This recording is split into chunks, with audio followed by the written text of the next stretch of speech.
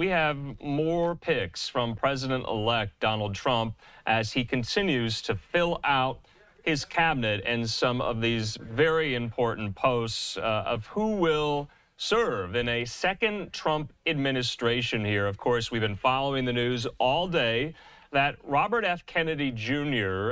Will be tapped as the next Secretary of Health and Human Services here. So this is getting a lot of attention as well. You'll remember that RFK Jr. in late August dropped out of the presidential contest. Remember, he was running as an independent himself and threw his backing behind former President Donald Trump there.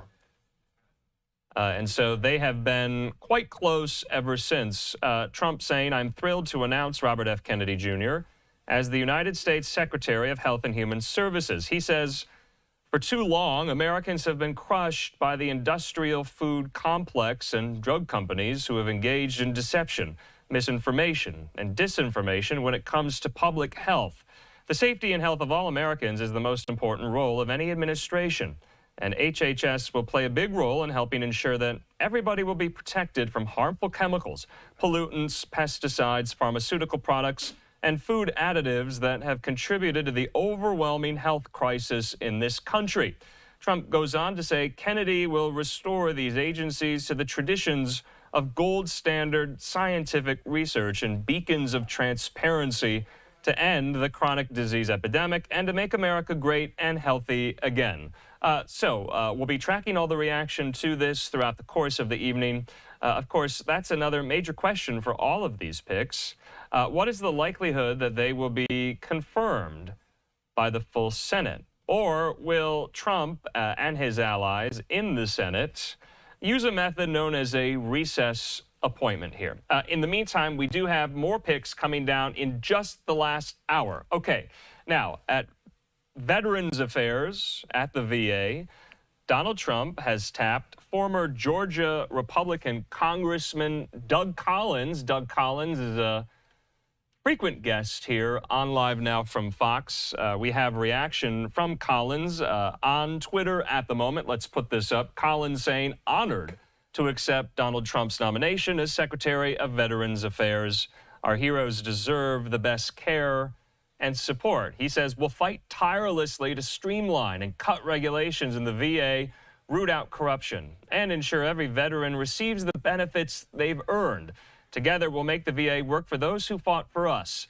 Time to deliver for our veterans and give them the world-class care they deserve." So, Doug Collins going to the VA. Back to our list here of who these picks were just today. Now, Deputy Attorney General, he's tapping Todd Blanche. Now, remember, the Matt Gaetz pick yesterday got a lot of attention for Attorney General. Todd Blanche, you might remember that name. He was the lead attorney on Trump's legal team for the criminal trials revolving around Donald Trump. And especially, remember, Todd Blanche, front and center, defending the former president in his hush money payments trial. Remember, he was convicted on all 34 felony counts. Remember, this was about payments made to Stormy Daniels there at the time. Todd Blanche leading that legal team on that particular case, now getting this post there at the DOJ. Of course, that is also a Senate-confirmed position. Going on further, we have Jay Clayton. Donald Trump has picked him to be the next U.S. attorney for the Southern District of New York. Now, Jay Clayton served as Donald Trump's SEC commissioner in Trump's first term. And so now Trump is tapping him to serve as the U.S. attorney for the Southern District of New York here. So this is quite interesting as well. We're getting some more context, more reporting from those at Politico who were responsible for breaking some of this. Erica Orden, who covers New York politics, tweeted this, that Trump tried to install Clayton at SDNY during his first term, but prosecutors there, including the then head of the office, Jeff Berman, balked at the suggestion, in part because Clayton has no experience in criminal law. Berman refused to leave until his deputy, not Clayton, could take the reins there.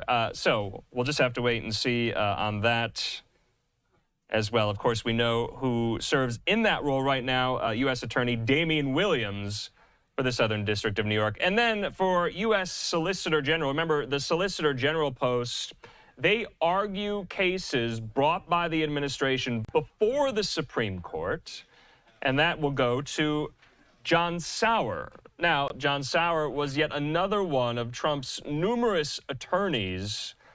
This time, though, Sauer was responsible for making defense arguments over that key and crucial question of presidential immunity before the Supreme Court.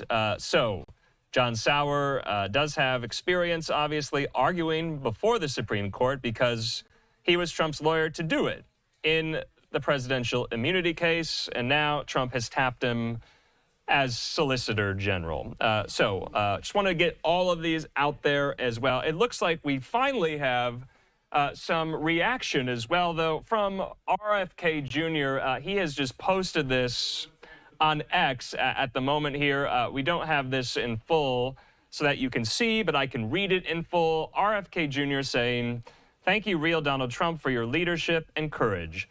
I'm committed to advancing your vision to make America healthy again."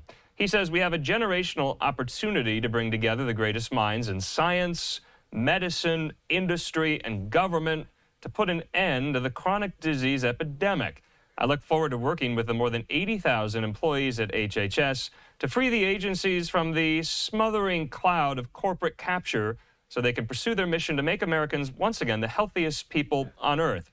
He says, "Together we will clean up corruption, stop the revolving door between industry and government, and return our health agencies to their rich tradition of gold standard evidence-based science.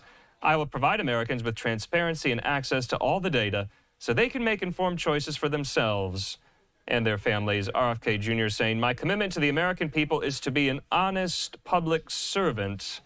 Let's go." So that is RFK Jr.'s, I believe, first reaction to being tapped as HHS Secretary in a second Trump administration there. So that was the roundup so far of who Trump has picked just today. Of course, there are some of these key outstanding positions yet to be filled. I'm thinking Labor Secretary. I'm thinking Treasury Secretary. I'm thinking White House Press Secretary as well. So we'll just have to wait and see. Let's take yet another quick commercial break. We'll see you in 2 minutes.